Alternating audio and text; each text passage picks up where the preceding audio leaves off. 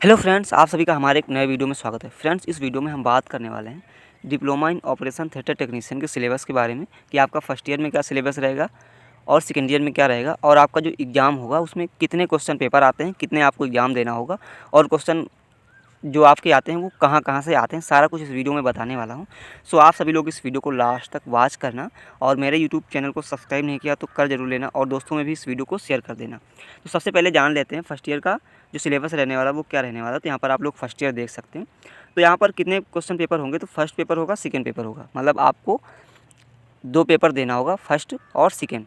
ठीक है, और पेपर कितने मार्क्स का होगा, तो 75 मार्क्स का आपका क्वेश्चन पेपर आएगा।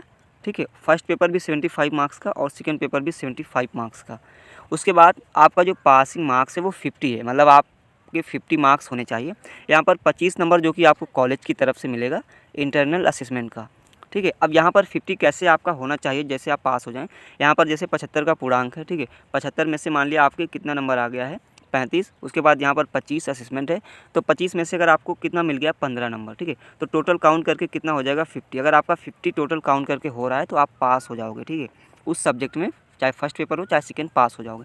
अगर यहाँ पर आपका 75 में से 30 आया और कॉलेज से मात्र 15 नंबर मिला है तो टोटल 45 होगा। ठीक है, अगर 45 हुआ तो आप उस सब्जेक्ट में फेल हो जाओगे, आपको दोबारा से एग्ज़ाम देना होगा। तो ये चीज़ें हैं। ठीक है, अब सिलेबस क्या रहेगा, तो फर्स्ट पेपर का जो सिलेबस रहेगा वो एनाटॉमी, फिजियोलॉजी, ठीक है, उसके बाद फार्माकोलॉजी, पैथोलॉजी और माइक्रोबायोलॉजी, ये 5 सब्जेक्ट में फर्स्ट पेपर का आपका रहेगा। और सेकेंड पेपर में आपका जो डिपार्टमेंट होगा वो पूछा जाएगा। यहाँ पर detailed surgical anatomy, basic of OT technique, CSST technique, anaesthesia technique, hand hygiene, prevention of cross infection, basic life support, cardio pulmonary resuscitation. अभी मैं कंप्लीट डिटेल में आपको दिखा दूंगा कि कौन कौन से टॉपिक हैं। उसके बाद आपका 75 नंबर का ओरल एंड प्रैक्टिकल भी होता है, जो कि आपको कॉलेज की तरफ से मिलता है। आपका जो प्रैक्टिकल होगा, ओरल होगा, आप फाइल बनाओगे तो उसका नंबर भी आपका 75 में से मिलता है। इसमें भी आपका 50 मार्क्स होना चाहिए। अगर आप इसमें भी फेल हो तो आपको दोबारा से नेक्स्ट ईयर प्रैक्टिकल देना होगा। तो ये चीज़ें आपको पता होनी चाहिए। तो चलिए हम डिस्कस कर लेते हैं आपका सिलेबस। ठीक है, तो यहाँ पर ये सेकेंड ईयर का भी सिलेबस है, जो कि अगर आपका फर्स्ट ईयर है तो आपको फर्स्ट ईयर का मेनली सिलेबस देखना है। तो हम आपको टॉपिक दिखा देते हैं कि फर्स्ट ईयर में जो टॉपिक हैं वो कौन कौन से टॉपिक हैं, कहाँ कहाँ से आपका जो क्वेश्चन है वो पूछा जाएगा। ठीक है, तो यहाँ पर सबसे पहले हम देख लेते हैं। ठीक है, यहाँ पर आप सभी लोग देख सकते हो ये पेपर है। ठीक है, मतलब ये पूरा का पूरा मतलब कि टॉपिक दिया गया है कि कौन कौन से टॉपिक आप सभी को पढ़ना है। तो सबसे पहले एनाटॉमी का हम देख लेते हैं कि कौन कौन सा यहाँ पर आएगा। जैसे यहाँ पर structure of animal cell, cell organelles and their function, human tissue types, structure, function. ठीक है, उसके बाद ऑस्टियोलॉजी, जॉइंट्स, ठीक है, ये पूछा जाएगा। स्किन एंड अपेंडेजेस, उसके बाद जीआईटी जो कि आप सभी लोगों ने पढ़ा होगा। डाइजेस्टिव सिस्टम, ये आप सभी का पूछा जाएगा। रेस्पायरेटरी सिस्टम आपका पूछा जाएगा।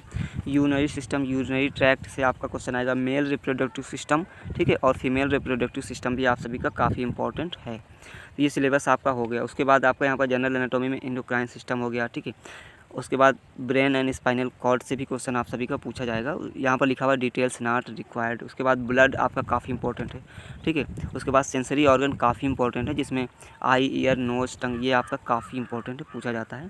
ठीक है, जिसमें आपका ज़्यादातर आई या फिर ईयर से ही पूछा जाता है। ठीक है, उसके बाद बेसिक स्ट्रक्चर आपका हार्ट से पूछा जाएगा, कार्डियोवास्कुलर सिस्टम से।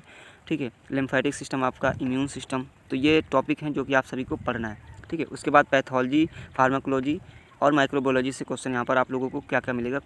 ठीक है, अक्यूट एंड क्रोनिक इन्फ्लामेशन आपका काफ़ी इंपॉर्टेंट है। नेक्रोसिस, अपोप्टोसिस, शॉक है। ठीक है, basic of disorder of blood coagulation system, ये आपका काफ़ी इंपॉर्टेंट है। इम्यून सिस्टम, ये भी आपका पूछा जाएगा। और ट्रांसमिशन काफ़ी इंपॉर्टेंट है, मतलब mode of disease transmission and prevention of infection. Sterilisation तो आप सभी लोग एकदम घोल के पी जाइए, आपके एग्जाम में आना ही आना है। ठीक है, उसके बाद आपको दिखा देते हैं वायरस, फंजाई से भी क्वेश्चन आते हैं, जो कि आपका ऑब्जेक्टिव में। रूट ऑफ ड्रग इन्वेस्टिगेशन अगर आपने नहीं पढ़ा तो ये समझ लीजिए आपने कुछ भी नहीं पढ़ा। ये क्वेश्चन तो हर डिप्लोमा में पूछा जाना, कोई भी डिप्लोमा हो सब में पूछा जाएगा। Adverse effect and side effect, ये भी आप सभी को पढ़ना होगा। ठीक है, उसके बाद अनाल्जेसिक, अपोइड एंड नसाइड, ये भी पढ़ना होगा। Drugs use in cough expectoration, ये भी आपका। ठीक है, drug used in B asthma. तो ये सारे के सारे टॉपिक हैं जो आप सभी के पूछे जाएंगे, आप सभी लोग देख सकते हो। एनीमिया भी आपका, मसल रिलैक्सन, ठीक है, एनास्थेसिक एजेंट, ये भी आप सभी का पूछा जाएगा। उसके बाद अब सेकेंड पेपर की हम बात कर लेते हैं, जो कि आपका डिपार्टमेंट होने वाला है। उसमें क्या क्या क्वेश्चन आएंगे। यहाँ पर लिखा हुआ anterior abdominal wall including clinical anatomy of hernia. तो हर्निया काफ़ी इंपॉर्टेंट है, हर्निया पूछा जाता है। उसके बाद पोस्टीरियर एब्डोमिनल वाल आपका पूछा जाएगा, ठीक है। थोरेसिक वाल ये भी आपका इंपॉर्टेंट है।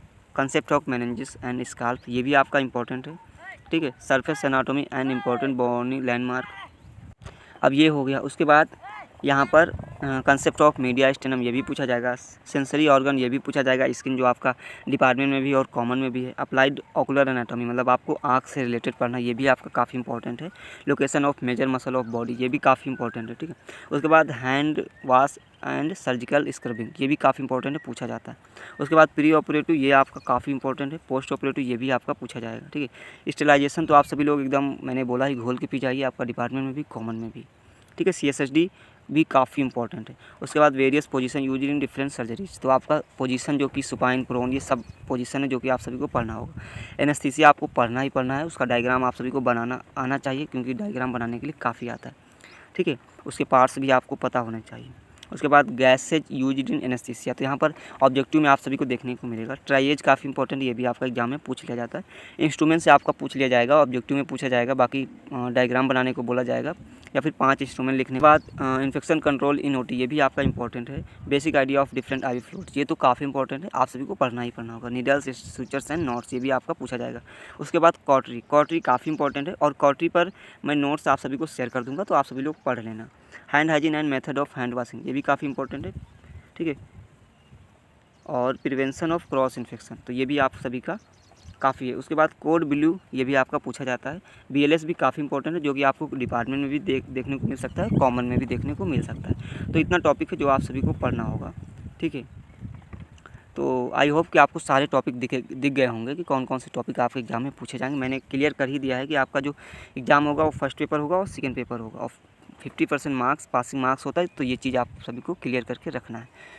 तो चलिए फिर मिलेंगे नेक्स्ट वीडियो में। फिर भी कोई डाउट है, क्वेश्चन है, तो आप सभी कमेंट करना। मेरे टेलीग्राम ग्रुप को ज्वाइन जरूर कर लेना, ठीक है।